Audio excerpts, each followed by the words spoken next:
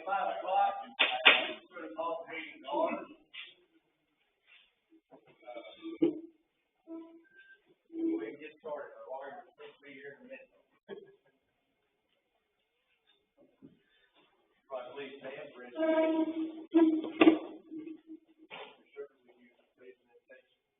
Heavenly Father, again, we thank you for the day and all the many ways that you bless us, Lord. Our hearts are heavy for the folks up yonder, Lord, and all that flooding and stuff right there in the middle of Texas, Lord, in the hill country. We ask you to be at least in every one of those families that lost loved ones, and be with the ones that haven't been notified yet. It's hard to pray, Lord, for things like that, but we ask you to give them grace, Lord, as they get through this situation. Now we ask you to be with us as we take care of the citizens of West Orange. Help us have the wisdom we need to do that. Now we ask you to help us have a good evening, a good day. We give you the praise and the glory. In Jesus' name, amen. Pledge allegiance. Pledge allegiance to the flag of the United States of America and to the republic for which it stands, one nation, under God, indivisible, with liberty and justice for all. Next flag. Honor and protect the flag. I pledge allegiance to these states, one state, under God, one indivisible. Thank you. And I'd like to invite everybody to sign in at the table.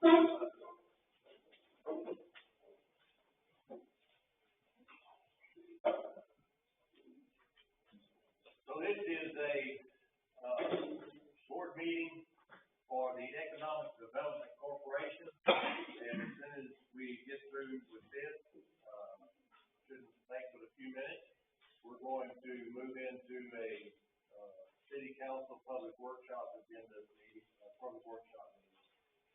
So, time for public comment.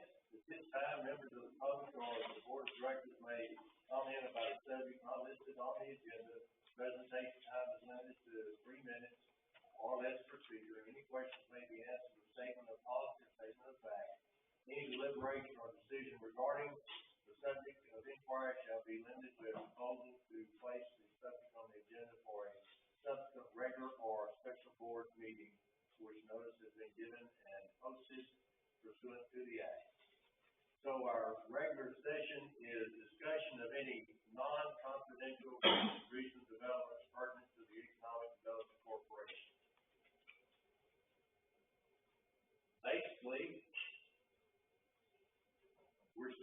Basically, our Economic Development Corporation has not had any opportunities to offer development to anyone coming into the city of West Orange. We are still accruing dollars and cents. We're up to almost $300,000, and where that money comes from is the sales tax that we voted on as a city for the Economic Development Corporation back last year. So we've been accruing money since then, and our board is Mike Dixon, Wayne Wiggins, and Charlotte Alford, and then myself, Marita, and Mike Stelly, and John Sherman.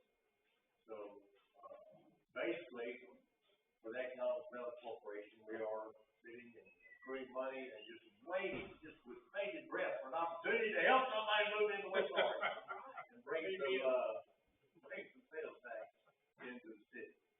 So that's what that's about. Does anybody have any comments, any questions? I know that's kind of funny to hold a meeting just to tell everybody that, but that's what we needed to do. And make sure that we're above board on as much of it as we can be. Thank you all for volunteering to serve. And our board is a volunteer board. I get paid more for my job than they do too. I get $1 a year in case anybody wants it. So are there any questions, any statements or anything from the council about the Economic Development Corporation? We're hoping that we're going to get around, and there are places in West Orange that businesses could be built, and we're just hoping someone will come along and decide they want to bless West Orange with their business. That's all I have for it. Does the board have any questions about the economic development going on in West Orange? We did have a possible opportunity, here a while back for a business to move in, but the owners of the property decided they didn't want to sell it. So, it hurt my feelings that they didn't want to sell it. We sure could have used it. It's a pretty good sized business, and we brought in some, pretty good revenue for the city. Is there anything else? John, can you think of anything? Well, we have had the opportunity to visit with, several franchises that are in the fast food industry. They've identified 2 properties here in West Orange that they really want. We're just not having much cooperation with the owners of the properties. Still up in the air. We're working at it. We're talking to them a little bit, but they're just not budging. Is it that they don't wish to sell, or that they want to sell it for more than the property? One of them is, they only want to lease, and most of the franchises, they want to purchase and own their own. The old Luigi's building is still under the Thielen umbrella. It has changed ownership here recently, so Mike and I have been trying to deal with the new owner, and, she's not been very responsive yet, but she may come over. So, but we're not losing much, so that's the good news. Across the street, you can see the opposite. Right. Most folks that have property in West Orange, especially those where retail business will want to establish, maybe on their property, the main thoroughfares. They own it, they're proud that they own it, and they're not going to sell it cheap. So you have to have a business that will come in and be able to make that kind of money back, shortly. So, that's pretty much a specialty type business that we bring to again. Anything else? Any questions? Anybody got any questions? EDC stuff? Okay. Well, then I'm gonna adjourn this meeting.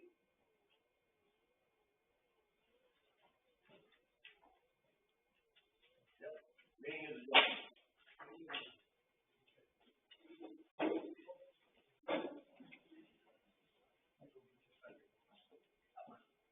We'll start our next meeting at 5 minutes. It's listed at 5:15. I got up, started at 5:15. I can't say that now.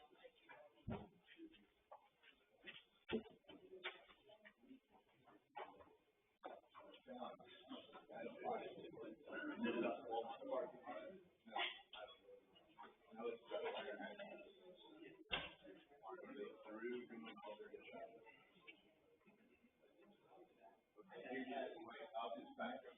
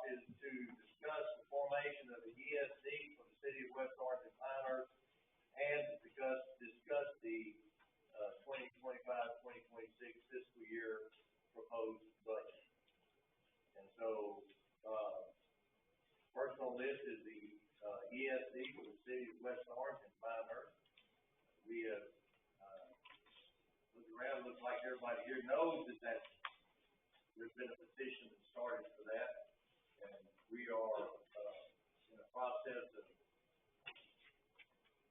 giving consent, city council giving consent to the, commissioner's court, getting all this straight. This is a pretty convoluted process to go through. So, giving our consent to commissioner's court to go ahead and call, have the public hearing and call the, election for November. That will start the process. If the voters of West Orange decide that, and Pinehurst, decide that, they want to vote for an ESD to, be formed, then it'll happen. It'll go that way. So, this is just a meeting to discuss all the options and the process that we go through. And so, I'm gonna open it up to discussion. Any questions from council first?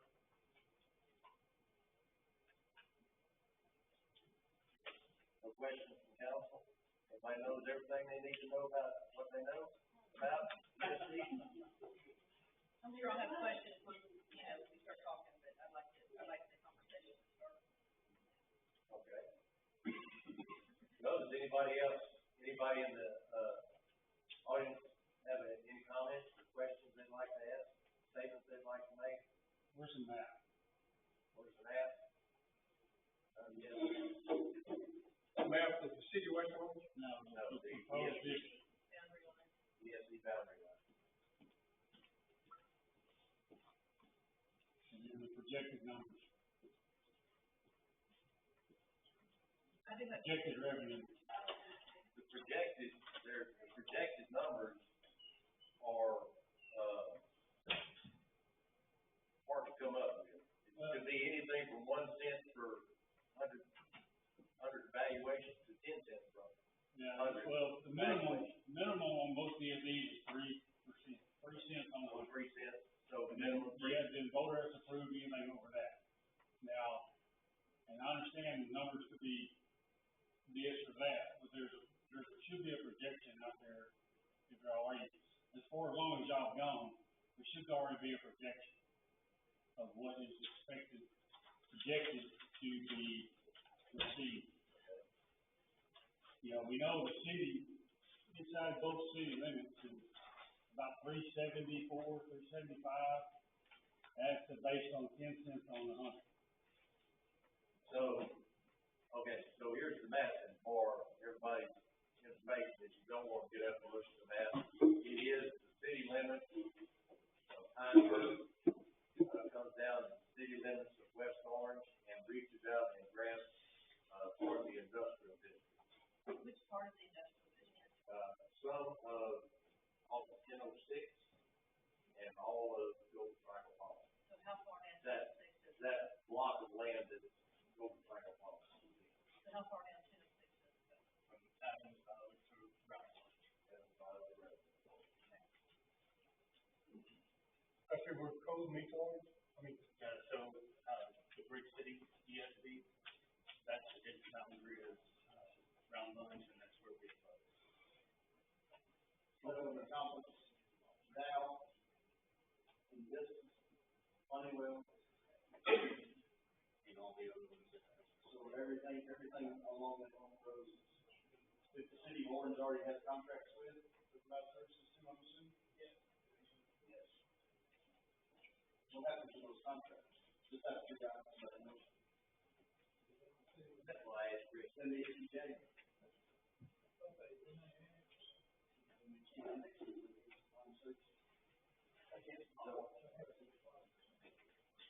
Our lawyer. City of Orange annexed International Paper, and they just supplied water or sewer. International Paper requested that. Yeah, they didn't do it on their own, so they tried to keep International Paper there.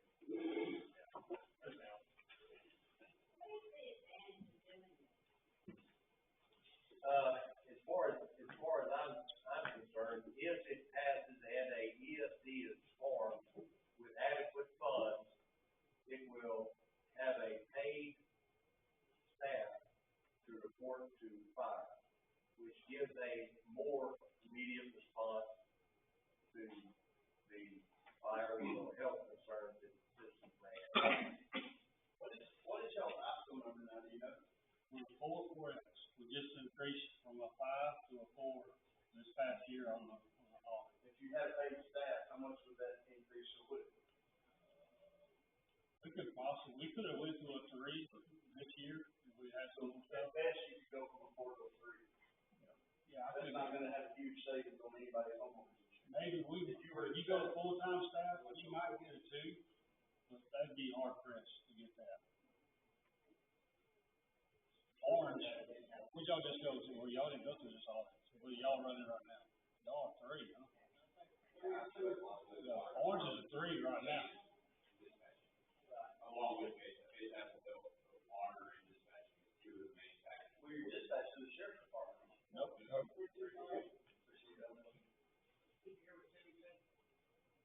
Say that again, Jimmy, that's your rate. Orange is a 3, and they're full-time. That's what I'm saying, it's not gonna be a big, you're not gonna get, if you were able to improve your ISO number, it's not gonna be a lot. You're not gonna lose it for it. No. DSD Forward has been looking at trying to bring on paid staff, and they've been working on their ISO numbers, and their ISO number, don't hold me to this, I think it's going from a 7.7 to a 4, and that's gonna make a big difference on homeowners insurance rates.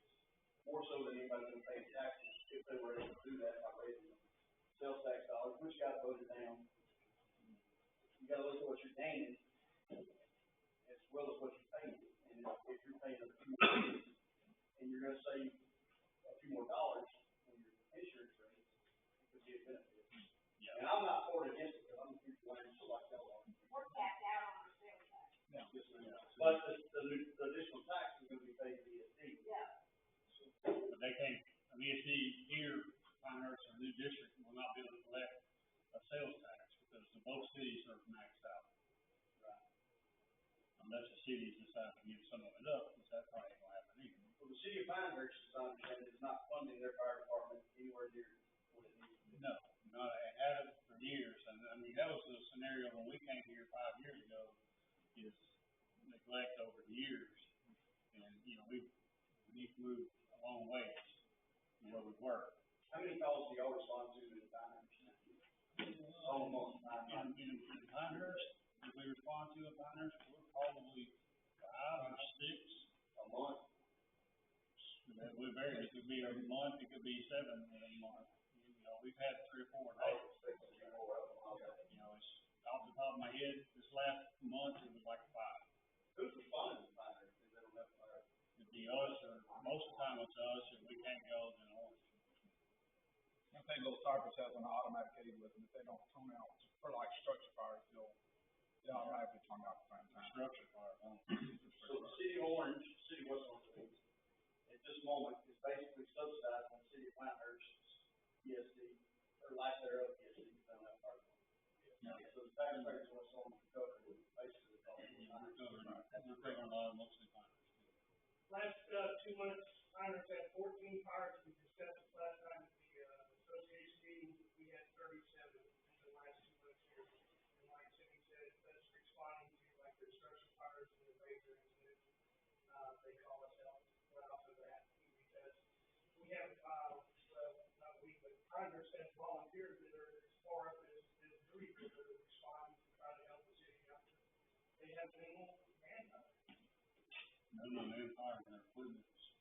Well, if this was approved, would the residents of Pinehurst be contributing any of the money that we're talking about, or are they all going to be paying? It would be property. It would be the spot property tax, but anybody they're gonna be paying. You know, I mean, until the ESD decides whether or not they're gonna honor homestead, you know, get anything on homestead exemption. And that was the question I had, is would this tax be on the appraised value of the property, even homestead, or would it be on the, assessed value with exemptions for over 65, for example, or disabled?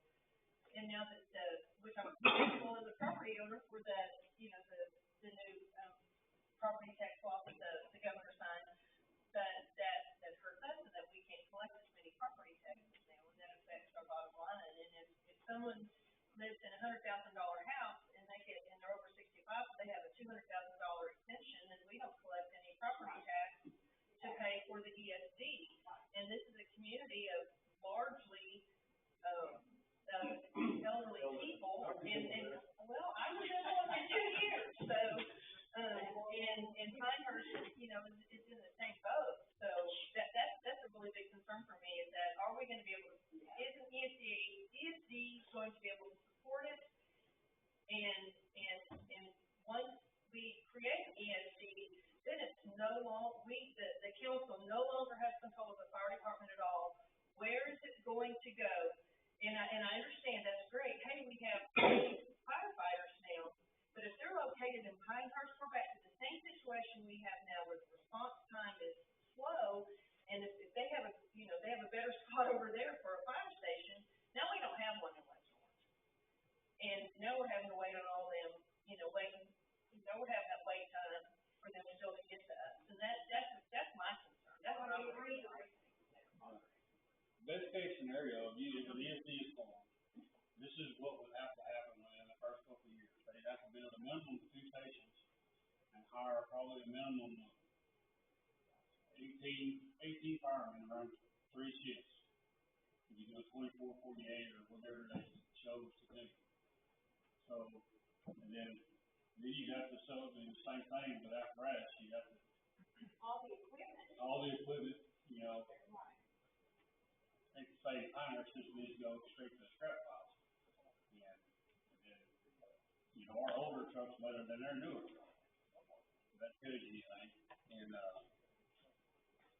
yeah, you just have to build a station on both sides of the tracks. One in Pinehurst, one over here on this side of the tracks.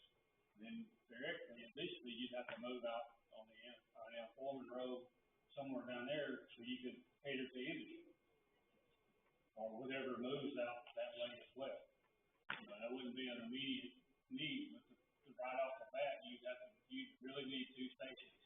And that was an ISO thing for us, because we only have 1 station, and if we get caught by a train, especially with GTC System come, they're gonna be switching 300 to 500 cars out a day, and you're gonna be caught. So if you're trapped on this side, you need to get to the other side, you're just SOL. You'd be calling somebody else. So that's, you know, that was one of our big hits from West Orange on ISO rating, was the station where we only have 1 station. But your rating's not bad. Huh? Your rating's not bad. No, our rating is fantastic for what we are and what we've done. And, Our rating is due to the work that our fire department has done. And the support that the city has given. I understood you were saying the rating was still bad. No. Our rating for where we are and what we've done is fantastic. But that would have got me probably to a straight 4.4, maybe a 4.3 if I had another station on the other side of the state tracks. So that's where I was at with that. But yeah, so there, and if ESD is formed, they're gonna start off in the hole,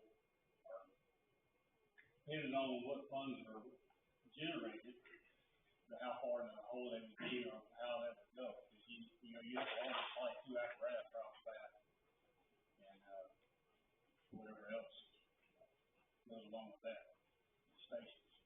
So if the ESD is formed, and I guess Pinehurst has a fire department now, or fire station, y'all have one here, the city's not allowed to allow the ESDs to use those anymore? They can. The city can do a long-term lease or whatever, but you start managing either one of our stations, they're not really prepared for that. So you have to do some work, and the city's not gonna sell us the building, or sell it ESD a building. You know, it'd be a lease for a certain period of time until they were able to move out. But as far as 24-hour staffing in either one of our buildings, What's y'all annual budget for the fire department? we were running roughly, without any capital, around 200, 220.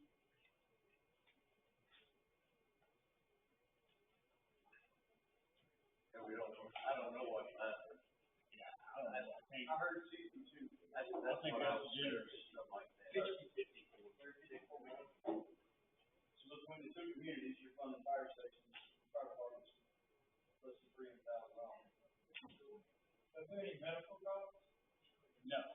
We run only major medical when Acadian calls for us to respond. We don't, for now, yeah, we're set up, ready to go to be a first responder organization. But we ain't took that final step yet, cause we didn't know where we were gonna be with this. Also, I'm not sure about your question, like, well, I don't think the ESD, there's no exemption. Yeah, I agree with you, I just asked if you would address that. It's not always, there's no required, local option election, they can do it if they want it. Right. But they're not required to. Right. So it must be There's on no the phrase. there's no automatic from the legislature. Yeah, when the Orange County uses the phrase, district rate, whatever that board ends up, setting the tax rate at, subject to limitations, that's gonna be what the tax rate is. Yeah, unless they do a local option election. Yeah, it'll be a board of 5 people, just like y'all up there, in the doubt to, if y'all wanna have an exemption or not, you'll do the same thing. That's what we did when I was president of ESC4 for several years. We would have to do that every year to adopt, when you give the elderly 65 plus or whatever, exemptions on all that. Same thing y'all do here. Also, to put something in perspective, if you have $100,000 house and they get the most they can get at Kansas, you're talking about $100 a year for a fire department. Probably a good responding, I'm not saying they're not good responding, but an area fire department, I think, which is much larger than where everybody has. Some of our elderly will take $10 on $100 makes the difference between medicine and eating. Well, that plus what they're already, they're not doing. Another thing, I was talking to, some other people on the ESD stuff, and I was trying to get hold of an ESD attorney, I didn't make it in time to get hold of him today. One of the big questions that came up now, that an ESD forming now, it has to be approved by the city within a mile of the city's district. So they got an ETJ within the city of Orange that the ESD can't go within a mile of an ESD, like the city of Orange, without a voting approval from the city of Orange to vote for the ESD to be within that mile.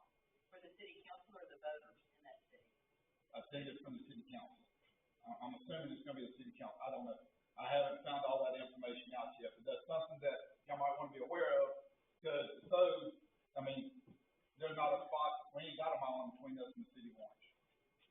In between us, trying to anything, if they say no, you're done. That pretty much stops that ball. That's something y'all might wanna check in on. That it can't be done neither. That was told to me today. And I found that out because Jasper has that same issue, that their ESD can't go within a mile of Jasper County city limits line. And because the city won't allow it. So then people within that mile don't have it. So we'll look into it and see what the, Yeah, I'm not certain about that. You have to get the city's consent within the city territory and within the ETJ. Right. That's part of the process. I'm not sure about the rest of it.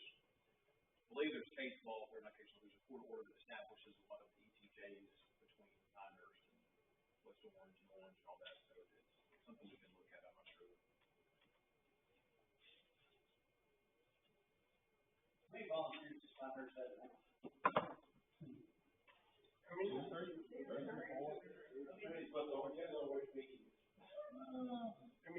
We're about 8, most of the back row, and then a couple others, 18 to 20. We have about 18.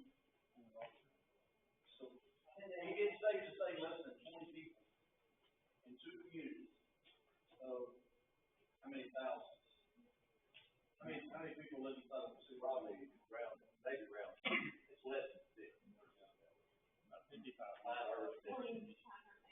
And if you wanna really get down particular about it, the majority of them, there's only about 3 of them that live in West Orange. Everybody else lives outside of the city. Nope. So a lot of us, we all come outside of where we live, come into the city of West Orange to help, volunteer. Yeah, I agree. Yep.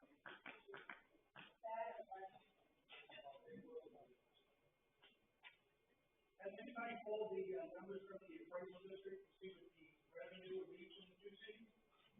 Like, That was a question that some of the Jenny, people that I know you that. got that, I have the numbers from, I pulled them off the comptroller's website, and that's how I come up with 374,000 between, and based on 10 cents. 374 years. That's just residential, 374, most cities. That's residential. Yeah, that's just residential, well, that was on the comptrollers, that should have been what, was paid to the city, I think. Well, I read that. And now we get the numbers on the businesses, because I think we have, what, 80-some odd businesses in the city of West Point alone? Yeah, I don't know. The last count I did was 83, and that's from trying to do the pre-plan on them, so, and then you've got how many big businesses in Pinehurst, other than Home Depot, maybe the hospital, the old hospital, the revenue. On Depot, City of Orange. So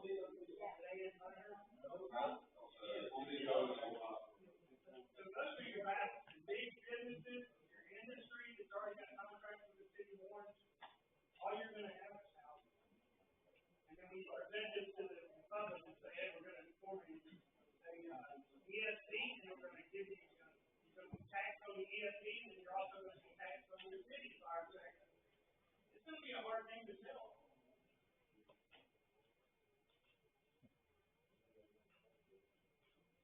Well, I'm probably unbiased, anybody in here, because I don't live in either city, and you guys see already.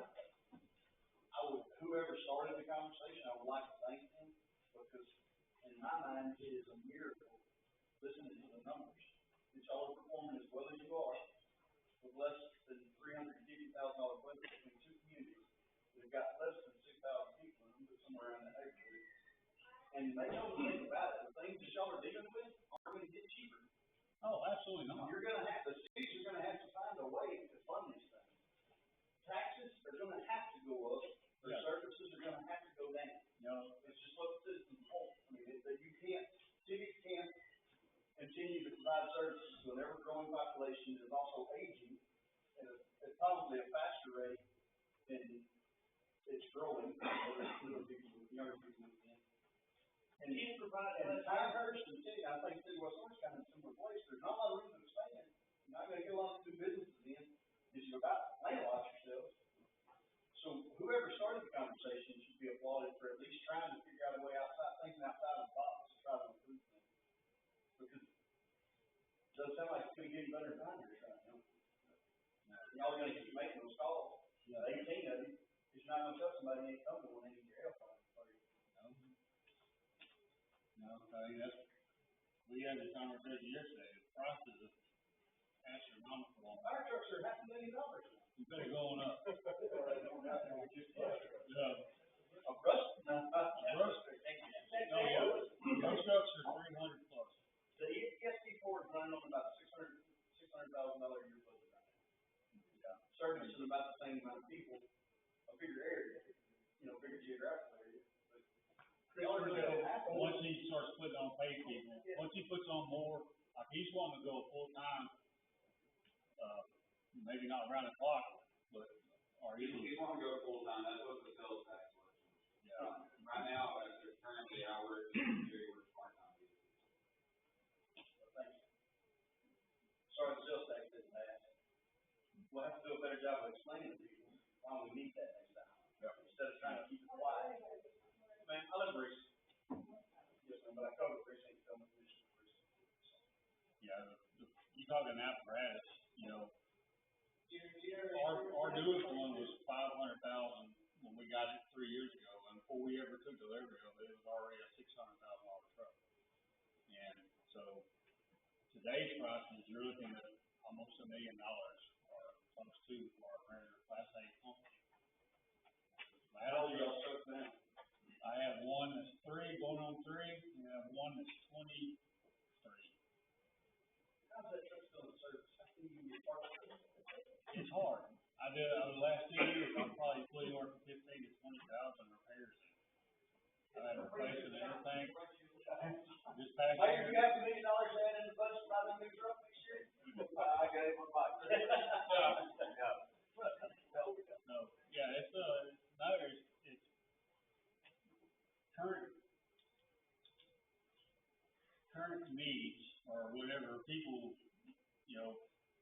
that's the thing about volunteers. I mean, we all volunteer, we all wanna help, and if I had the capability, I'd be in Central Indian Hill Country right now. But, you know, we all here, we wanna help. That's all we're here for, is help and make somebody's day better. Cause I look around this room, I see a room full of people that do that. Yeah. Want to do that. And, See anybody, maybe a few residents, so I don't know. Everybody on that back row feels that way. Like everybody sitting up there on that city council. I don't, they're getting paid, it ain't much. no, Whole dollar, right. So all you're trying to do is make the community better. yeah, and, So I see a room full of people that are trying to do that, and what I would ask y'all is to try to keep the contention down and have an open conversation about this, and be willing to listen to both sides, one way or the other. the ESD is our biggest, we don't wanna see it fail. We don't wanna get all the way out there at the end, and then it falls on its face. You know, cause then we're back at square one, where we started from. So, if the money's there, by all means, let's do it. By all means, and I think any of us would say that, but we don't, none of us wanna see us go through this process, and then it fails. You know, cause this is a big undertaking, you know. It's a huge undertaking, and this is just the tip. Once it gets passed, and then you gotta go through the process of getting a board.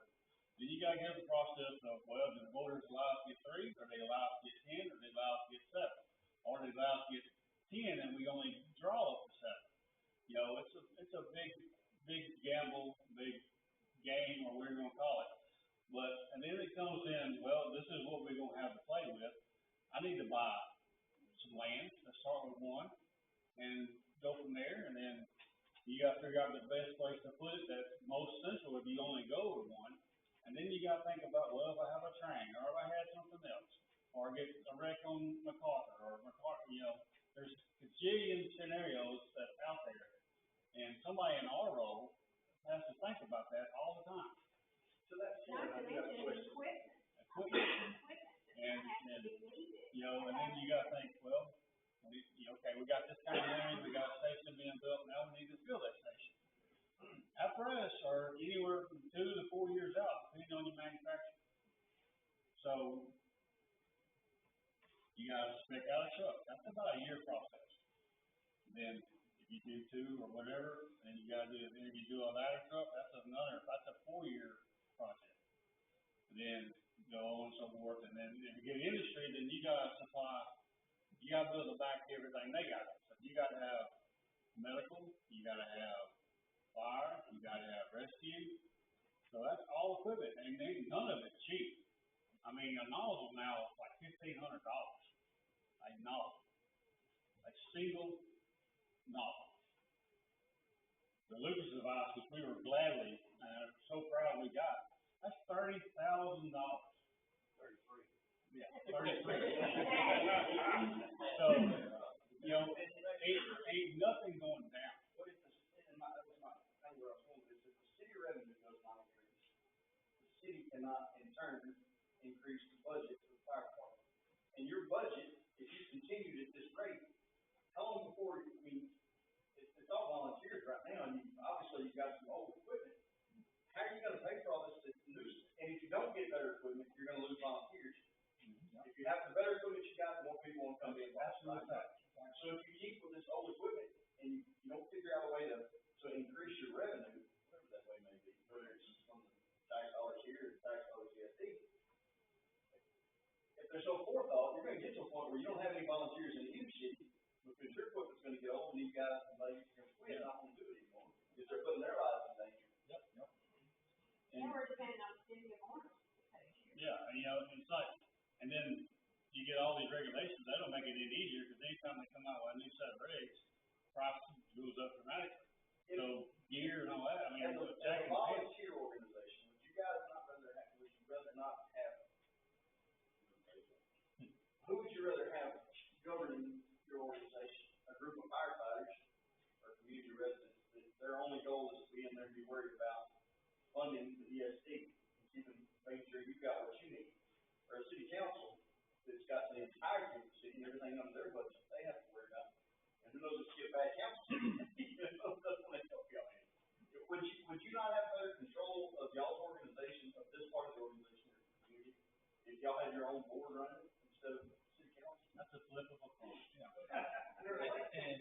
Mayor, I apologize, we have another meeting. I'm gonna say one thing, I'm in Bridge City, and we're in ESD too, and we probably have, if we don't have the best fire department around here, we can compete with any of the best fire departments. Yep. I'm just gonna say that, maybe I wouldn't, and I've watched that fire department grow, I'm not gonna tell you my age, but my son, who is 40-something now, was in that fire department when he was 12 and 13, and they're great, that's all I can say. I know there's probably some of them here, are not, but I'm just gonna say they come to every call.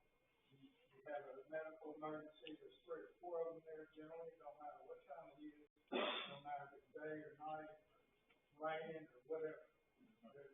It's just something that happens when you put together a really good put together part. And I know West Orange won't say it, but I know also. We do a pretty damn good job. I don't think that was a flat job. Yeah. No, we do a pretty good job. Yeah. We're Bridge City's backup, and Bridge City's our backup. Absolutely. So. No, I didn't mean to imply anything like that. I'm just saying, being in that situation, they've grown so big. Yeah. And they've got much going for them. They got enough funding there to be able to help them. They're able to receive a sales tax, and that's where I'm looking at is this department here of the ESD. They're not able to get a sales tax. What's your population here? In Bridge City, it's right about 8,000. But they also do with, Orangefield area as well. Yeah. It's spread out a lot of places, but, it grew, it's been growing. Yes. They service that area first with one station. I'm sorry. They service that area with one station or the three? Two stations. Oh, that's right, I drive by that, west of my house.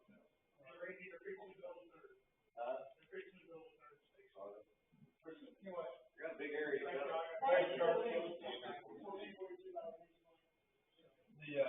But talking about like Bridge City, I mean, Bridge City's done a phenomenal job. I think they're at either 9 or they just went to 10 cents on their value. But the advantage they have on a lot of is they get sales tax. We're not able to receive a sales tax.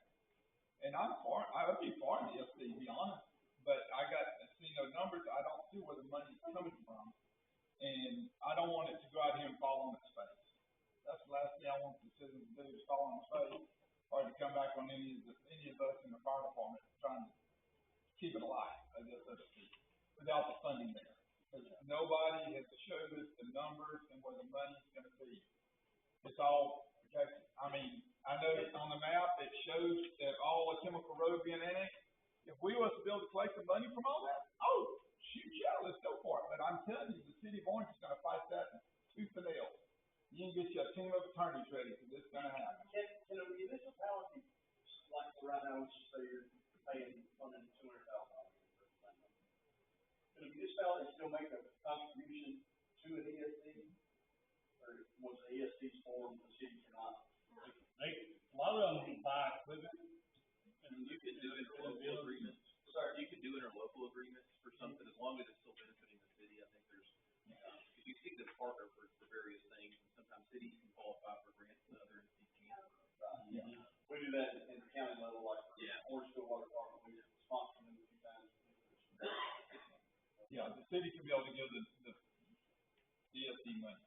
Because like the city of Kirbyville will give the city of Kirbyville, even though they're volunteer ESD, the city of Kirbyville will give them so much money a year. It might only be $20,000-$30,000 every year, and then sometimes they'll even put in about half of an engine or whatever.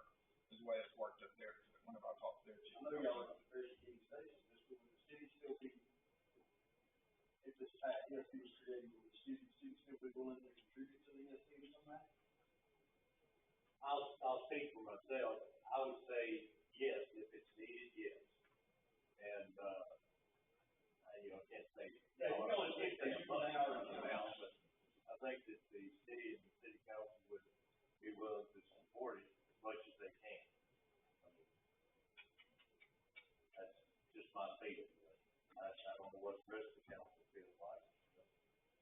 my main issue is that when there's a fire in my house, I want somebody there as quickly as possible to squirt water on it. I don't want, or sit there in 10 minutes and go into complete, burn down, I just want that, like, and that's what we get with the pay department. If it all worked out and it was able to happen, the citizens of West Orange would benefit by that. Yes, there would be that extra tax. If it's 10 cents on the $100 valuation, it's $100,000 home, then that's $100 a year. Depending on whether the ESP board sets up a homestead exemption or whatever, and even insurance rates could go down. Now, I find it hard to believe that insurance companies are going to reduce rates for you but that's one of the issues. If your number in West Orange is higher, and you're able to get lower, if your number here was already higher, say it was a 7 or an 8 year already, and you were able to get down to a 3, you could be looking at as much as 25% savings on home. We've been playing, my wife won't get into savings in Marysville, and she's been playing with the numbers, some because the PSC4 has gotten theirs lower. She's trying to figure out how to get better rates. When you tell an insurance company and underwriter that you're 2 miles from the nearest fire hydrant, they're going to give you the highest rate they can get. But y'all are already in better condition than that. I'm stretched out so far. Like, I don't know where the closest fire hydrant is to John's house. It's dead. Yeah, I mean, that being said, I mean, So do we usually have to look for land to build another apartment? Or we would? Why would you have to do that at the beginning? Why would you not use the fire station you already have? City owns that building, and they're not gonna give up the building. Why not? We don't. We are more than willing to lease that to VSD at a very reasonable rate. Yeah, we'd have to go in and make it. It would work for the first little bit, the time to get staff, but once you get staff, you gotta have day rooms, night rooms, you gotta have lockers, all the purpose stuff, the training, weight rooms, I mean, all the other stuff that goes along with the fire station and so forth. You have a lot more stuff, and they end up room on there. In the city of Orange, me and Gary work for the city of Orange as well. It is a 24-hour house that multiple people live at 24/7. We have weight rooms, we have multiple fridges, we got full commercial kitchen. Like, we actually need those things to operate on a daily basis. So there's an out. So it's out there, why don't you go in there? Unincorporate and just let the city owners stay in. Thank you, something's got to yield. I think you got just the general sentiment about business in West Orange right now. Yeah, I was being very facetious when I said that. Something is going to have to, somebody in this community is going to have some give and take to figure out some way to move forward. I know that's definitely what needs to happen for Pinehurst, that's safe. They need to just de-annex. It would be easier for Orange to assume Pinehurst than West Orange. They could assume Pinehurst is not bad enough. Over here is a little different story, because the railroad tracks and logistics wise, Orange would have to add probably 3, 4, 5. We have three full-pay guys, a shift, of course, so that you look at least 9 people in another station to go to West Orange. Yeah. Just the city. It's not going to do that. Cause their station 2, Orange's station 2 is right there in the middle of Pinehurst, and the police department's going up, is all the way around Pinehurst anyway, so. Yeah, so they'll be able to, it's right in the middle of them. We did, after the Pinehurst had all the guys walk out, we ran our calls for about 3, 4 months for free. We started billing them, they're like, no, because we thought it was too much, we were burning our fuel, we were doing it for free as a courtesy, and the after that, it was good, they didn't want to pay for it. And when you told them you were gonna bill them, they said, we're not gonna pay for it, and what they have, nothing to do with it, we call. What's the thing that's No, you want to say something, I mean. Okay, go ahead. watched this, being a Bridge City volunteer for 20 years, started back in the 80s. I know there's a few in the room that started before then, and maybe 30 plus years. When we saw these ESP started, so I was in a rush to get there to go to Bridge City, had a team that they were, working their tails off, trying to get, figure out the boundaries and stuff, and pull that maps and everything.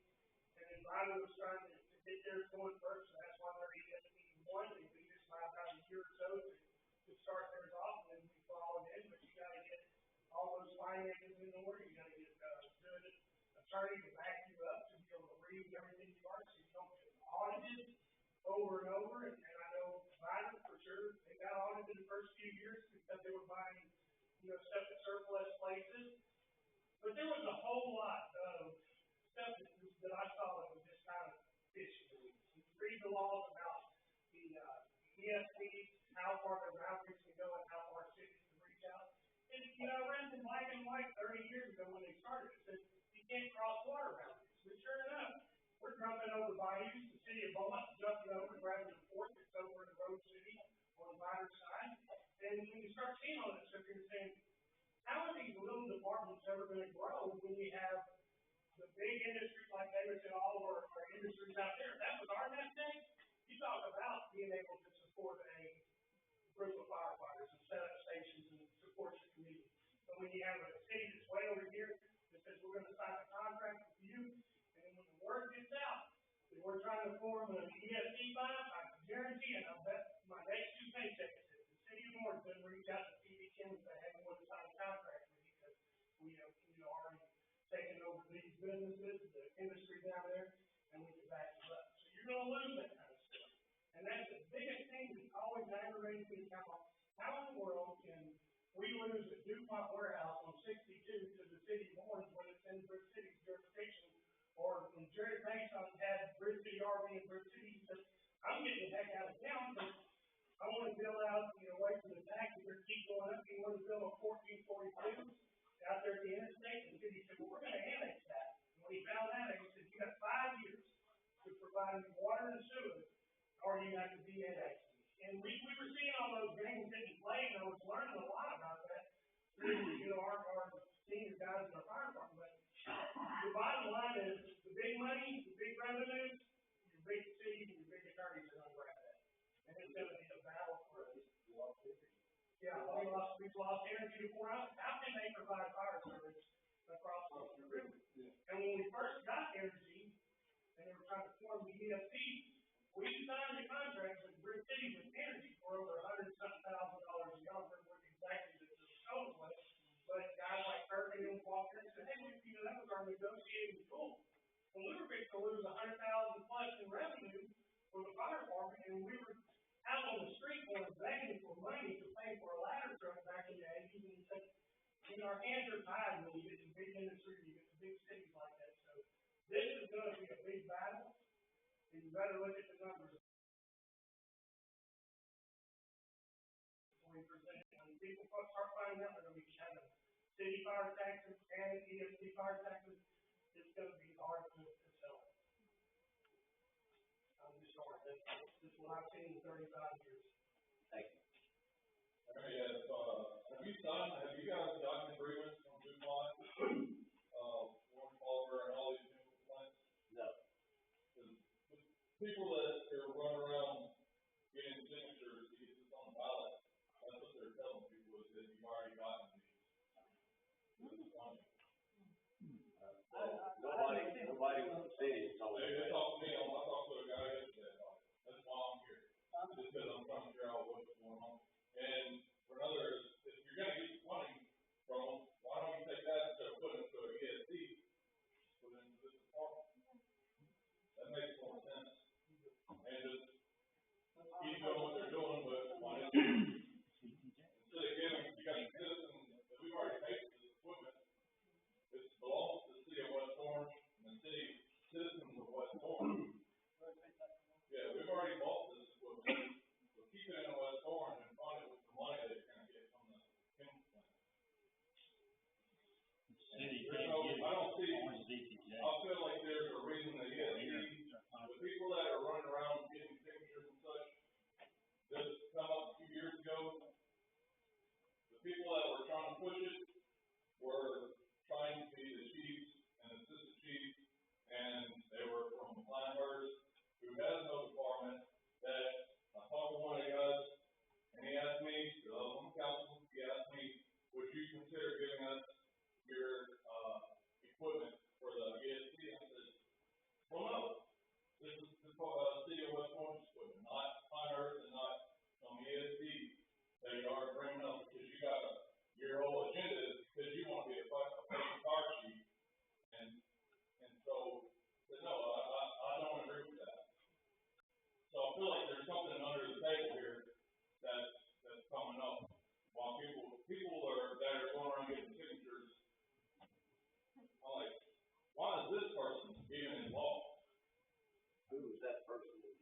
I don't wanna get their name on it, I move here.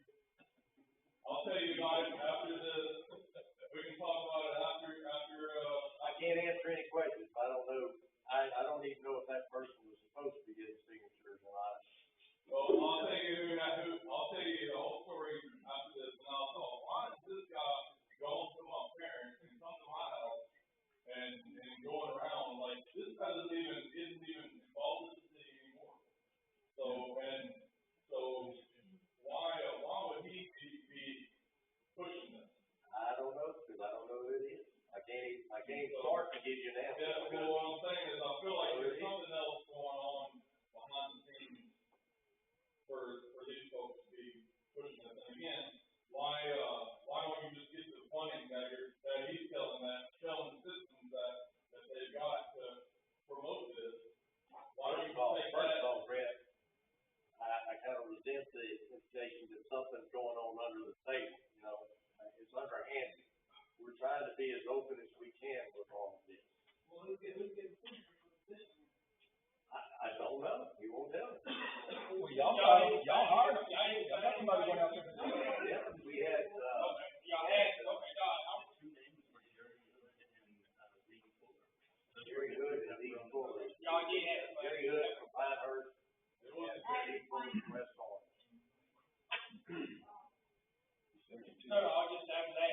Jerry signed up to do it at first. Yeah, I know all that. I was just, I didn't know if y'all had already had it, so y'all did. At least y'all know, okay. They got 140 good signatures, we needed 100, and so we're well over what we had to have, and that was what was approved by the voter registration.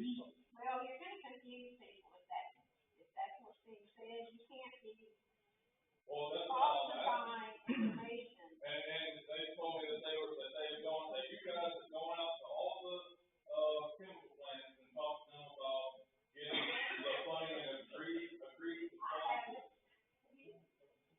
And it was, well, other name that you just said is two, I'm not gonna say his name, because like I said, the news is here. But,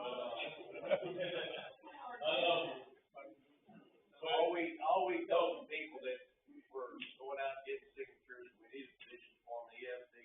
Here's where the EFD will be if the dog gets passed and voted on and everything.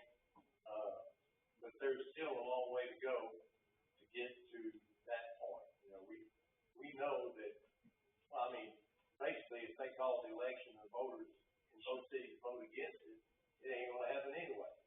So, you know, we're still just working our way through the process, basically. and that was one thing earlier I noticed, John, under the health and safety code on the 7-Eleven, that it's supposed to be like 100% as a registered voters of a percentage of it, and I know we did that, but that's supposed to be 100 out of combined, 50-50? Or is it gotta be 100 here and 100 there? From West Orange, 50 from Pinehurst, for a total of 100, we got 120. We were shooting for 200, but they had 200 some signatures, but some of them were disqualified to get down to 104. So, of the residents that are here, I'd like to know how you feel so far about it. Okay. Now, I didn't know nobody know their first thing. I was there for it. What you're saying under 775, it's just 100 voters out of the proposed. Says, voters will be located in at least 100 qualified voters who own taxable real property and is located in the county which is. It's within the proposed district. Right. And what I understand, them people had to vote in the last primary to be able to have their name on the list. What about that into a little bit that I heard, but I don't know if that's how these work. Yeah. I asked the resident comment. Okay. I think y'all are over. Not everybody may be able to pay extra money, even if we raise it just to help this department, you know, we gotta do something. Orange has had a great fire department. Yeah, I mean, years, I know. I'm not been there for 19. Right, and it was a good, it's been a good department.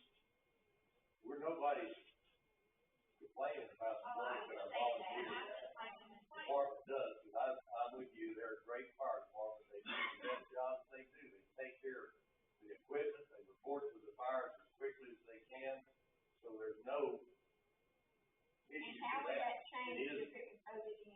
I'm asking the fire department. As it is right now, if it was to keep going the way it is, and the way I look at it, perspective for the next 5 to 10 years, is it's gonna end up needing to get some paid staff in here. You're talking about the response time and so forth, that's great, because a lot of us live further out, and we're able to respond.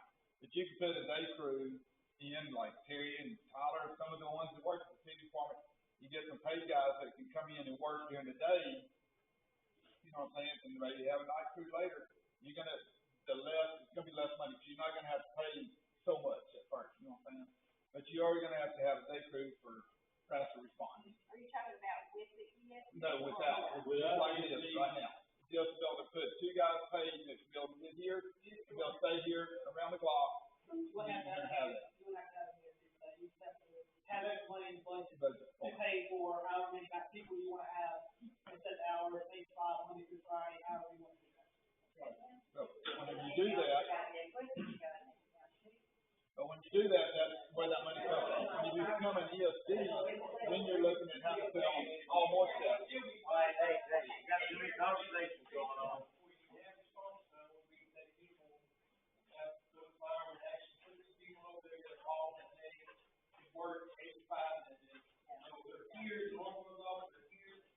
Well, Lord help me if there's fire over this track, because I sit there for 45 minutes with that train just sitting there. So for But, the firemen that come over this track, that come help with the fire, or the fire trucks to get over that way, them tracks is terrible. but when if you have to go to an ESD, it becomes to a whole nother line of people. Because then you got all paid staff. Everybody pretty much you'll have some volunteers at first, is gonna get there. But whenever it gets into that stage of the game, you're gonna end up having to pay a fire chief, pay the administrators, and pay all these people to start doing it. So when you become to that, then you got the pay staff, then you're gonna have their insurance that you're gonna have to start paying, and so forth, and the list just keeps going on and on and on with the ESD. I don't see the money there to sustain what you're saying, the ESD in our population, I really don't, I can't. So basically what you're saying is either we have an ESD and you pay a tax, or we have a volunteer fire department, or maybe a partially paid volunteer fire department, and we raise taxes. Because that's the only way it's gonna get paid for. Our next segment of this workshop is budget. And I can tell you right now, from looking at it, I'm scared. I'm scared of how much money it's costing us to run the city. And we run the city on a bare staff. We don't have a whole bunch of people just running around the city to get things done. John, your department is public works department. You have 2 street people, 2 people that are working on streets. You have 2 people working on parks and stuff. One person working on parks, and where's the, what is it? Tell them what the other thing is. So we've got 6 people, 2 in the street, 1 in sanitation, 1 in parks, 1 in shop, and I've got the building official and animal control, and that's it. So, The largest department of the city is the fire department, and we're free. and what? And we're free. Other than upkeep and maintenance, upkeep and equipment, we're free.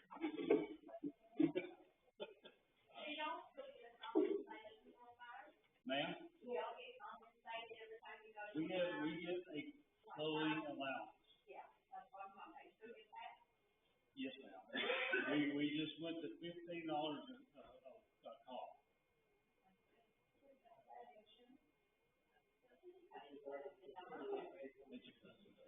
So if they're on a call for 6 hours, they get $15. If they're on a call for an hour, they get $15. We're on a call for 2 days, it's $15.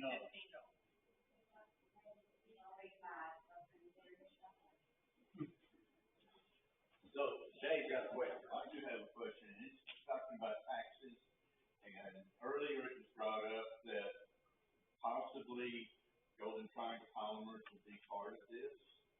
And they have a 10-year tax abatement once they get online, which their 10-year tax abatement, we don't have to pay a tax for this. They would have to negotiate that with the ESD, which one. And that's with each entity, that tax abatement is through the county, so that's a separate tax abatement. Okay. West Orange was not invited into any discussions about Golden Triangle Polymers whenever it was built. Yeah.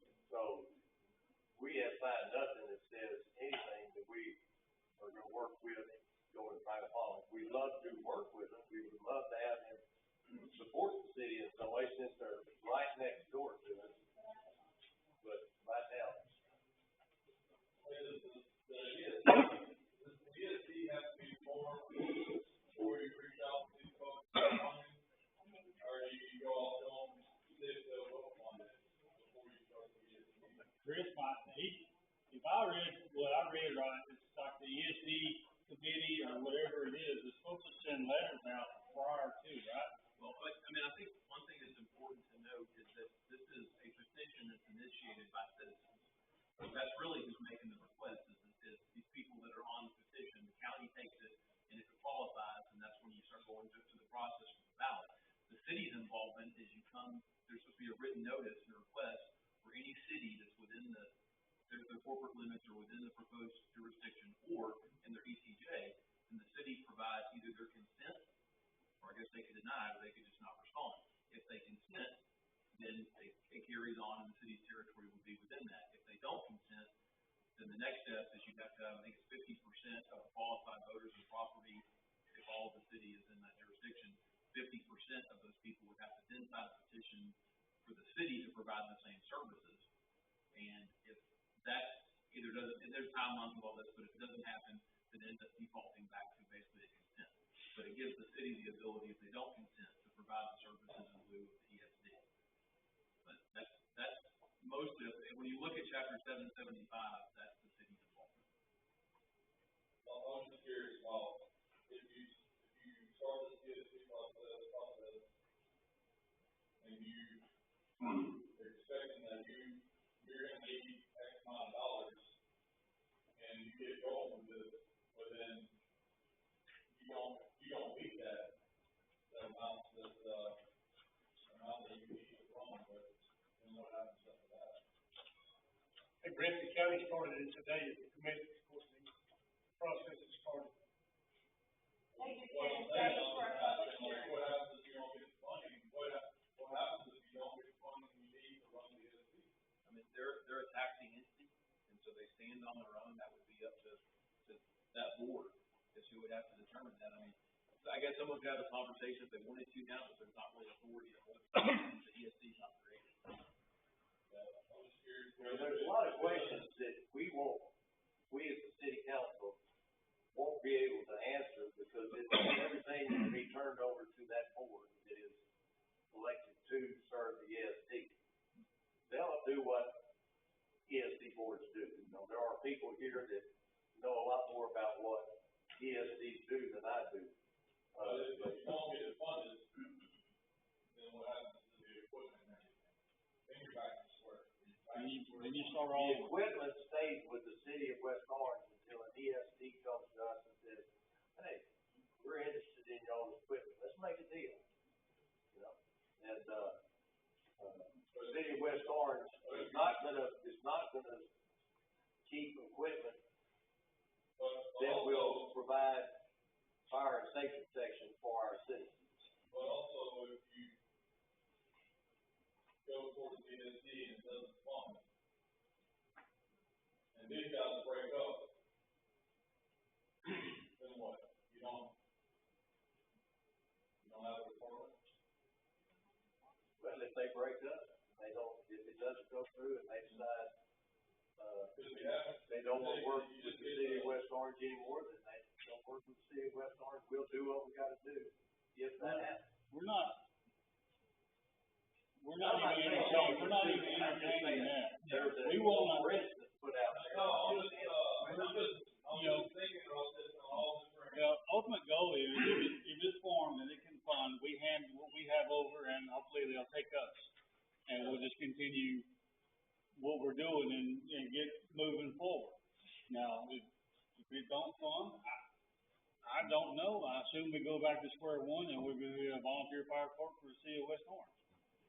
I don't know that. That's where I was just making sure that if this doesn't, if I'm thinking, okay, if this doesn't fund, then what? We talked about apartment lessons. You answered my question as far as. Yeah, there's no intention of us bailing, no. No. I'm invested way deep in this. I think you guys have done an excellent job at growing this department. And so, don't want it to be called out. Yeah, and irregardless, we gotta move forward. Whether we do it this way or we do it this way. We gotta keep moving. We gotta keep making our forward movement, whether it's over here or over there. And like I said, we're not even entertaining the thought of leaving West Orange unprotected to the best of our ability. Now, you know. I think kind of what he's trying to, is, from what I'm understanding, something like, you know, let's say we go through this, we start getting funding, and it doesn't work out, okay? Now, is it other ESDs, the commissioner's board, or whatever, responsibility to figure out who's gonna cover this area? I mean, Okay. Right over here. But what I'm saying is, they decide to take, what he's saying is, you guys decide it doesn't work out. They don't have to turn around and say, okay, well, we're gonna wait. They don't have to, no. Once these form, their hands are tied and they're no longer a Yeah, part. they'll change their order, and then, So that's kind of what he's asking, is yeah, if you guys fail, they should have to his change their question order. is, who is going to cover the city, his property, if it doesn't fund? Not if y'all leave. Yeah. Because y'all can get mad about whatever they decide to do in Bell tomorrow, it ain't gotta be funded. But if it doesn't fund, they don't have to fund it. So his question is, what do we do now? You see, that's Don said. And I'm gonna speak for the council right now, because I know the council supports our fire department. I agree with that. I'm gonna speak for the council and say that we're not gonna purposely expose our citizens to not having a volunteer fire department, or a paid fire department, or a ESD. We'll do whatever we gotta do to keep our citizens protected. If the ESD's funded, we'll do whatever we gotta do to keep our citizens protected. That's what we're gonna do. So my answer, your answer right there tells me that I feel comfortable that if they decide to go this way, and it doesn't work, that you guys up on that panel are gonna make sure this city's covered. Is there anybody on the? I knew you would. Disagree with that. I knew that you would, but to hear you say it makes me as a resident feel comfortable, because I'm like him, I'm not for sure this is covered. I just don't see where the money's gonna come from. I'm not sure. But I know that y'all would bail on your seat, but I think he just for it. Oh, I agree. Yeah. Then what? I agree. The one thing that I look at is, let's say we was to go forward and it goes through and it passes. Okay, we don't know the numbers yet, you know, but we're gonna say that y'all put the numbers out there and it's gonna be able to fund itself. When it goes through, it becomes an ESD. Now then, we go out there thinking that we're gonna get the funding from these plants that the city covers now. Now then, the ESD is gonna have to find the attorneys to be able to wanna fight it. Because the city will no longer be involved in it. So they're not gonna have to worry about trying to fight for the money at the refineries from the city of Orange and so forth. They'll fund it, and if it falls in, that's when it's gonna be downhill from there. That's where the ESD is gonna have to have their own. Right, because the city's gonna be out of it then.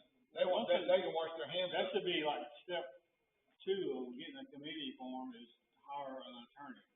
So you get whoever appoints to the first board, step 2 should be reaching out to whoever, lawyer-wise, whether it be a local lawyer, or like Ken Campbell or Howard Cash out of Austin, that was wrote a lot of books on ESD, whether it's them or somebody local. There's another lady in Beaumont that's supposed to be real good at ESD. So That should be step two. That way they're protected. They'll have some, To know that if we're gonna get the refineries or not. Hey, what's your tax rate? Three, What's our tax rate, three?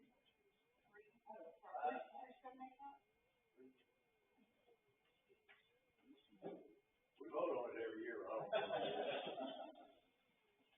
It's three something. Sorry. Three something, three.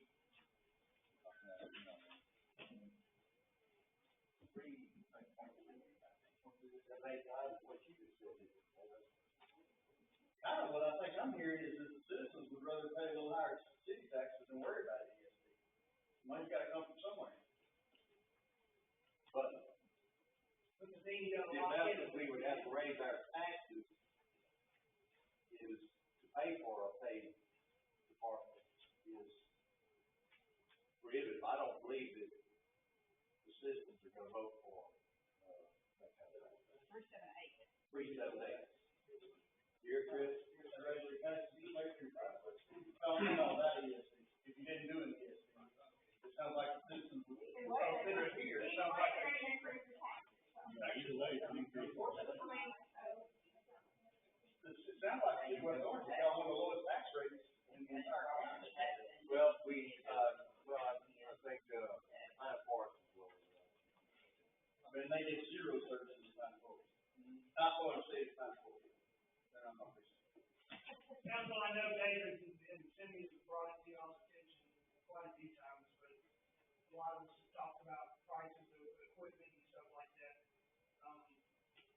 This day and time with the laws that, govern us and tell us what we're gonna buy and how long we're gonna be able to utilize that piece of equipment. They have a contingency plan that they have to be able to rotate 100-year equipment like that you're gonna protect the firefighter. You don't know what that costs.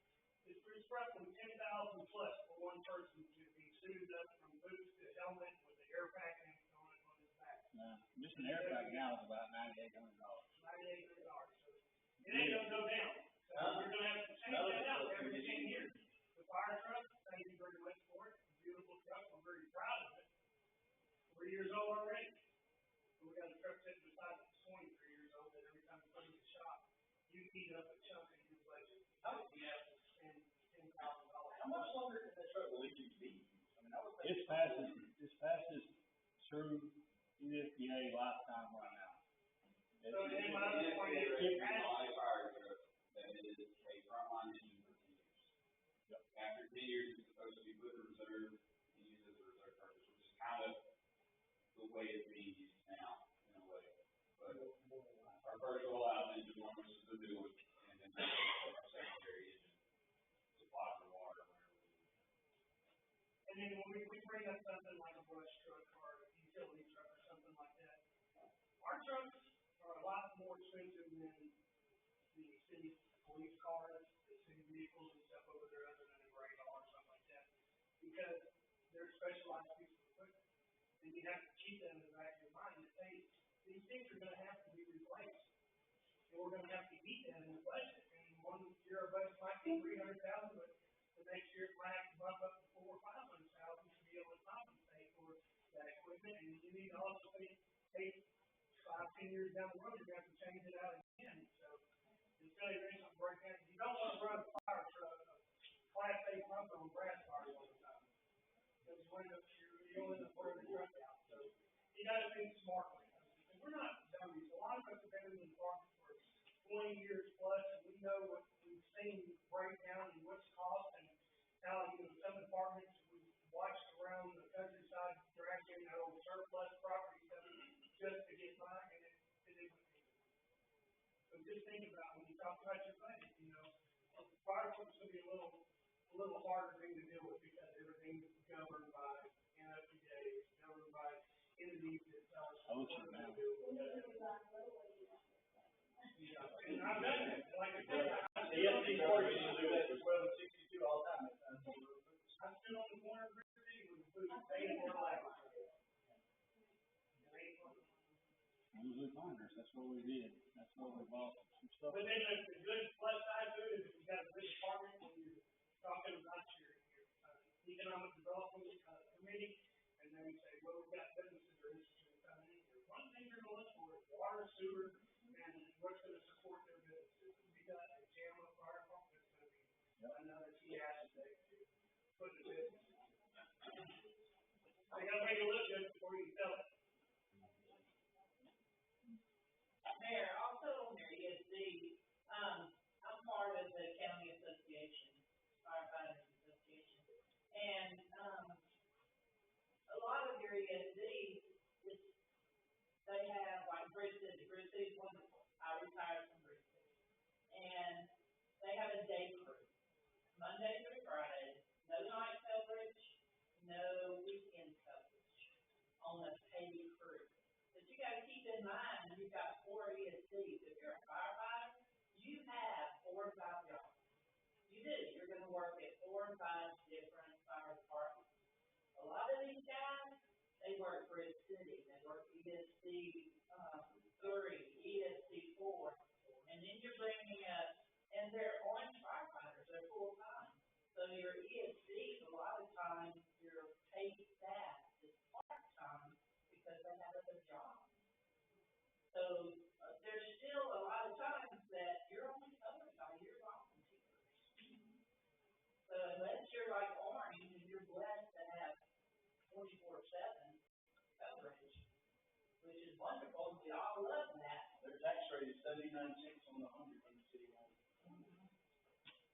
But it's what If you added 40 cents on the 100 to his budget, you could probably do that too. even for a city, there's Not without times, tax rate. there's times in Bridge City where they don't have the coverage on their paper during the day because they're working in other departments.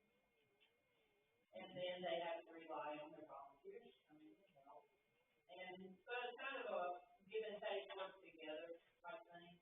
But a lot of, it's the same people. This area is the same people working all these different departments. Just out of curiosity, who all is a resident of West Orange? No, everyone, right. 6,000 people, give or take, in the city of West Orange?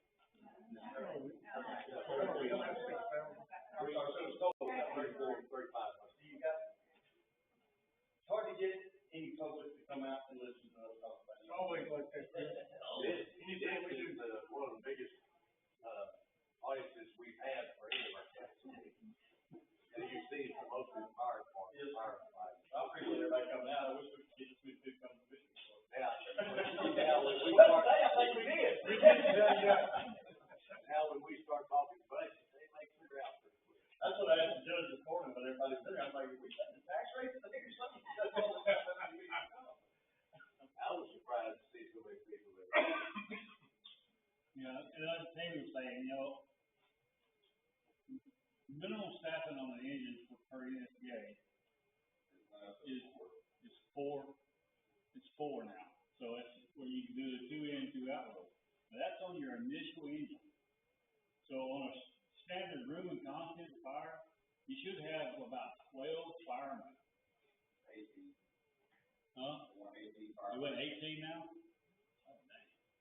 On a standard room and content fire, which is a single room. So on a full-blown house fire, you should have about 40 people, and it takes all of us. That's why everybody in the county works so well together, except Ryder. No fun. But we all work together to get these numbers where we are. And, yeah, we don't have paid staff here, but we do very well for what we have. And we're very blessed for what we have, and we appreciate everybody coming over and everybody coming over with us.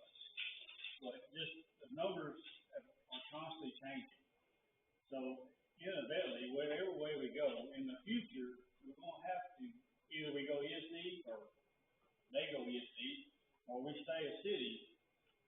In the future, and I had already projected, within 7 years, there'll be at least a paid staff here. A day would be a combination department.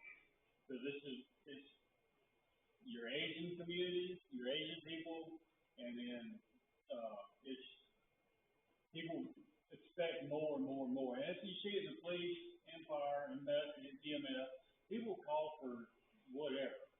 And they expect somebody to show up. I literally got a call from somebody asking me if I could go to the fog in the morning. With the When what? it was so foggy, Yeah. they're on the back, yeah, he called and he wanted to know if we can do something at the county level, we can do something about the fog. I had another guy call me and asked me, how long is it gonna take for you to get the snow out of the ditches? When it snowed the last time, we got what, 6 or 8 inches of snow? Yeah. I said, give me 3 days, it'll all be gone, but we got it. You probably learned too. Was he happy with that answer? Absolutely. Okay.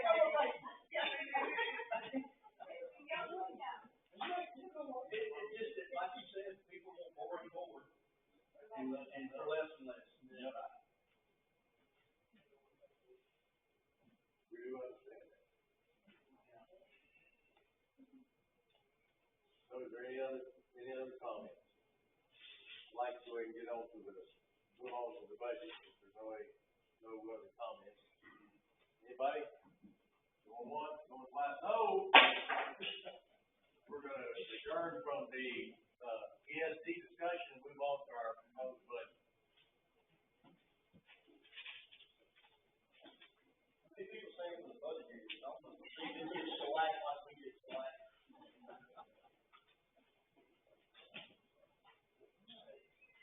Well, I'll start out with our budget. The proposed budget summary from our staff here at West Orange, is, the total is $5,667,100. Thank y'all for that $6,000.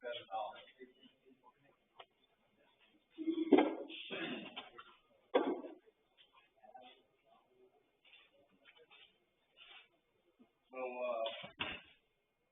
our total revenue is $3,829,739. As you can tell, there is a discrepancy there in those two numbers, a $1,817,213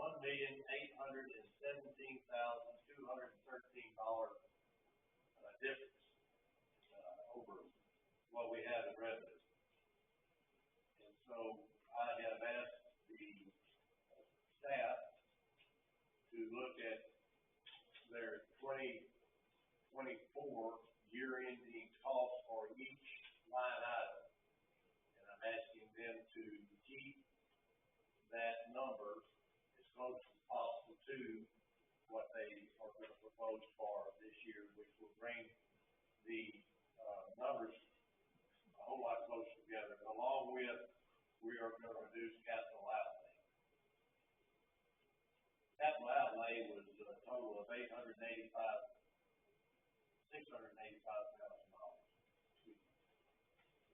So, we'll reduce that capital outlay, and then we will, look for better numbers for each line item that we have on our budget. We have 10 departments, John, that's correct, 10 departments, 10 different departments, that's humane, street, parks, police department, general administration, court, just so many different departments. And each one of them has an employee that has to pay a salary. Salaries are the biggest expense we have within the city budget.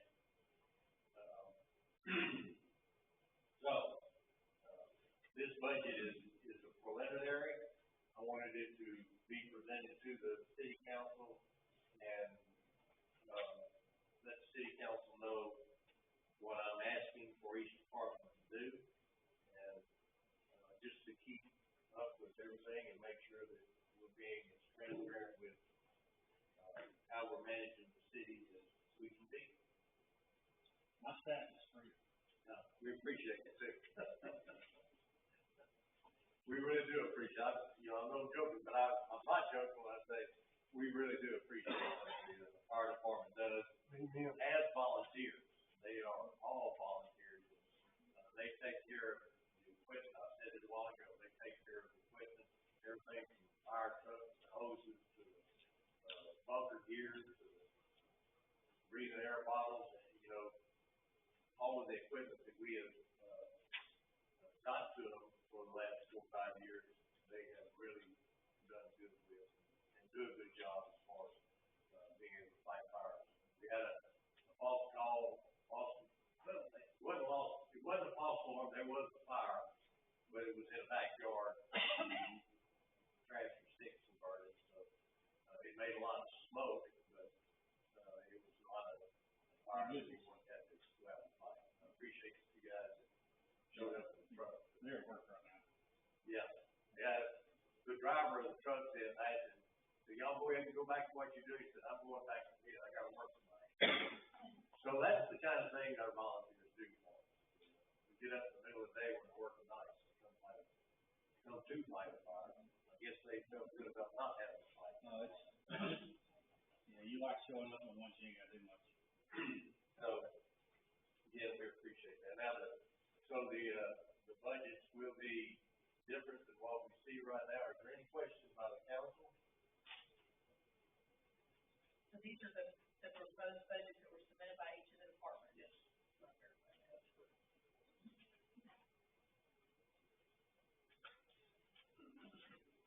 We just got them today, so. Yeah. I'm just not being able to look at it. He just got them yesterday. You just got them yesterday. Yeah, so I mean, I haven't had a chance to look over them, but I'm sure I'll have questions. Well, we can take time to look at it for a little while. Until everybody starts falling asleep. Well, I have made a couple of them. I just, where I see, some changes. Thank you to everyone who, I see a big concerted effort to stay at or decrease, expenses, so thank you for that. But on, for like sanitation fees, for example, there's a big drop on that, under revenue. Is it a cheaper rate, or we have fewer vans that are coming in for that? Based on the number of accounts that we have. Number of accounts, okay, that's a correct time. Okay. And then, and if I remember right, we talked about this before, and I apologize if we have, but on the credit card processing fees, our projected, revenue's a lot lower this year. And then based on what our expense was, our projected expense this year for it, are we not charging them on credit? Has the fees gone up? The fees, not the third party, but the credit card, that has gone up. I did have an audit done by the processing company, and they are working to try to balance it out more, but some of the issues, people that pay online, and then people that pay in window, it's a whole different. right, because you pay convenience fee when you do it online also. Do they keep that convenience fee, or do they pass that on to us? We don't get it. Okay, they do, so they get that $2.95 convenience fee. Okay, got it. All right. Okay.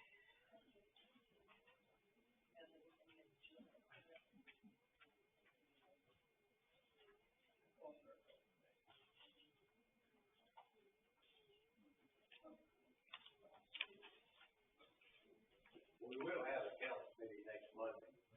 And I'll remember I'll be on vacation. Obviously. Yeah. Me too. You should be here.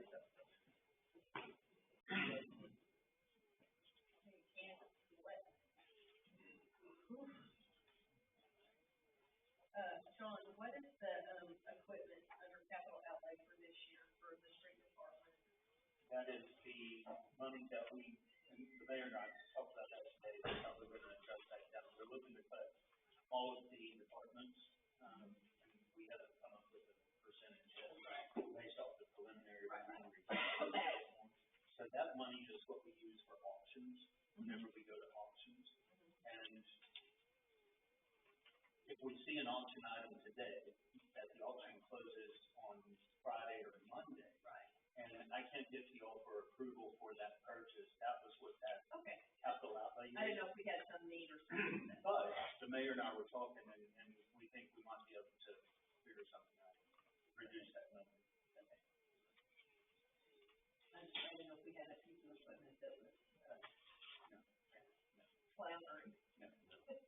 That's. Oh, we did have, we Well, did have some flounders. Don't take it as flat front, let's put it that way. That's just a just in case kind of thing. I mean, the fire department's good, but life support. Prime example, we found a small, 2-yard dump truck, that was in the auction, and we had 2 days to get it, and we were the low bidder, and we got a very good truck that's been in service for about 5 months now, that we got for about $12,000.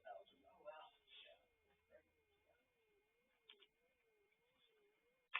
I've only got 2 guys, now I've got 3 trucks. Hey, that's all right. When flounders, you got backup, you're good. Reserve, you have a reserve.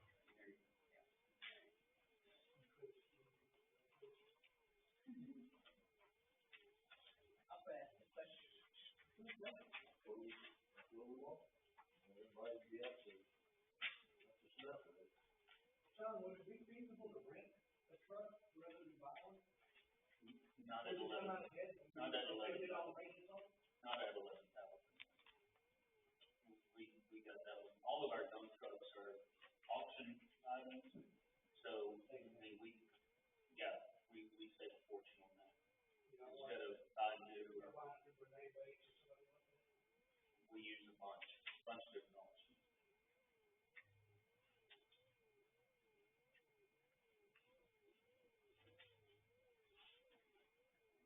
So what the, council will see when we, come closer to a finalized budget, one that the council had to eventually vote on, would be quite a bit different than what you're looking at now.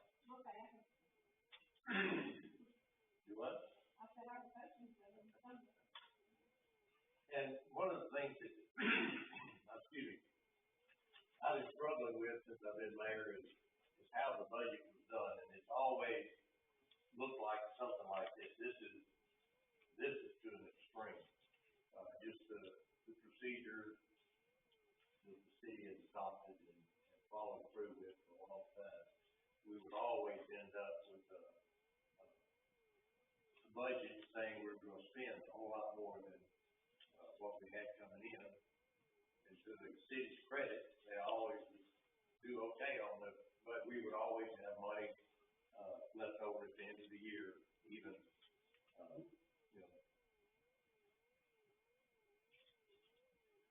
I don't know what I'm trying to say here, though. It probably won't make sense. I'm not a budget kind of oriented guy, you know. My wife takes care of the budget at home, so. But, we always end up doing well and having money in surplus somewhat each year, you know. Maybe not a lot, you know, but, we're really trying to be very fiscally responsible with what we have to work with, which is, not a lot considering we're trying to run a city on it, you know. Anybody else on the council? Anything that gives them heartburn?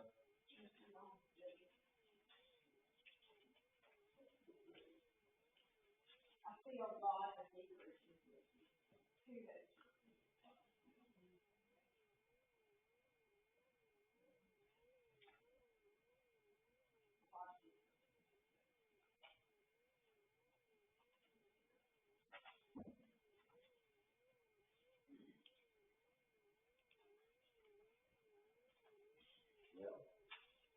Anybody have questions? Randy, I read an article, it was probably about 4 months ago, about the county, how they received more from the state than they were expecting.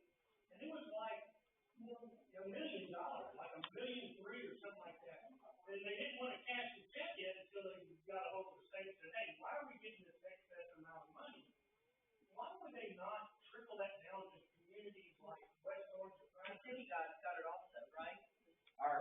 It was sales tax. Our sales tax was a little more than what it normally is. It wasn't anything, believe me, like what the council got. That's what the commission court was talking about. But, That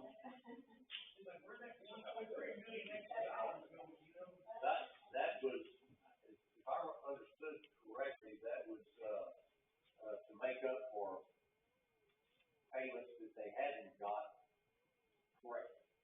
I may be saying that wrong, but it was something like that. Is that, does anybody else remember? I think when it was done that day, it's like back whenever it was in COVID and all the other things that were happening and so forth, and the funding, and it was down, it's finally the money that's finally trickled down from those times, that they finally came in, and that's what that money was for.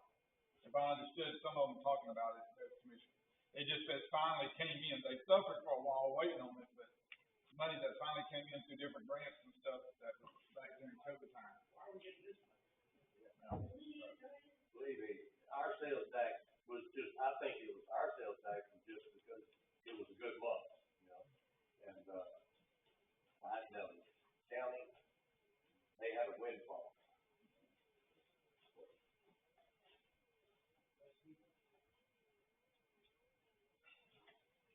Our sales tax runs a little over 100,000, you know, a month is what we get for sales tax.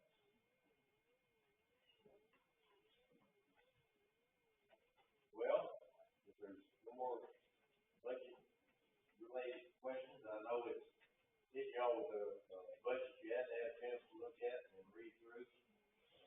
But, we got one now, and, looking at this one, when we do get some, better numbers in the budget, we'll get back with the council and we'll have an opportunity to go through it. In September, we vote on it, we'll actually present it to the council and vote, final budget and vote. So we got time to work on it. All right, well, I'm gonna call the meeting adjourned. Everybody have a great evening, and remember to keep, simple Texas, Hill Country in your prayers. Amen.